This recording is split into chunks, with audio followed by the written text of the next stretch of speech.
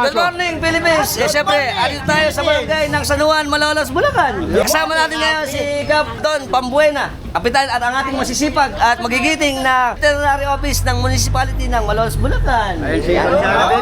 Si Hala, andito rin, kasama natin. At siyempre, ito po ay maganda sa atin kasi itong mga libre mga bakuna para sa mga pet lovers natin ay magagawa natin na pati ang ating mga pet ay nasa maayos na kondisyon. Ayan. Lasang bebel ka. Yari. O syempre ang ating sangguniang barangay ng San Juan, ang ating mga kababayan at saka syempre ang city vet natin. Yan. Libre, ha? Mga libre. Libre. Mga anti-rabies natin. Alright. Isang pusa. Ang ating vaccine.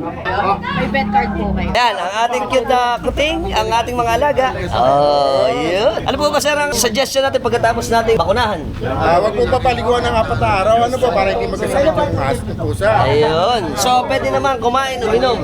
Pwede. At ano ang ulit-uli natin pagka nabakunahan 1 ng year ating po, alaga? effectivity. 1 year. 1 year. So, next year, pwede ulit tayong magpapakuna.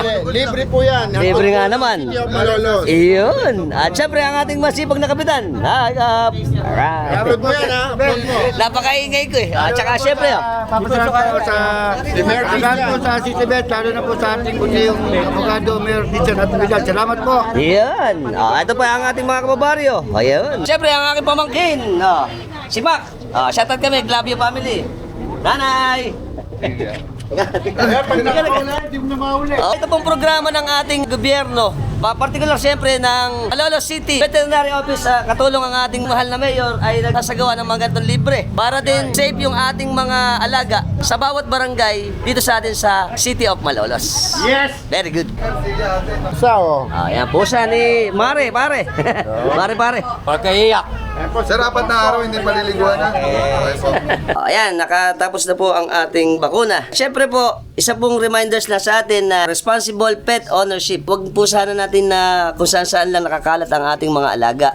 Kasi syempre ito ay nakaka-spread ng mga rabies, yung pagkakalat sa ating mga kalsadahan. Sana ay maging responsable pa tayo sa ating pag-aalaga ng ating mga mahal na mga pet. Okay? Until next time. Bye-bye. Siyempre, bago matapos yung vlog natin, shoutout muna ako sa masisipag nating veterinary office ng City of Malolos. At syempre, sana nag-enjoy kayo sa vlog natin dito sa ating vaccination ng mga anti-rabies sa atin sa Malolos, Bulacan. Bye-bye.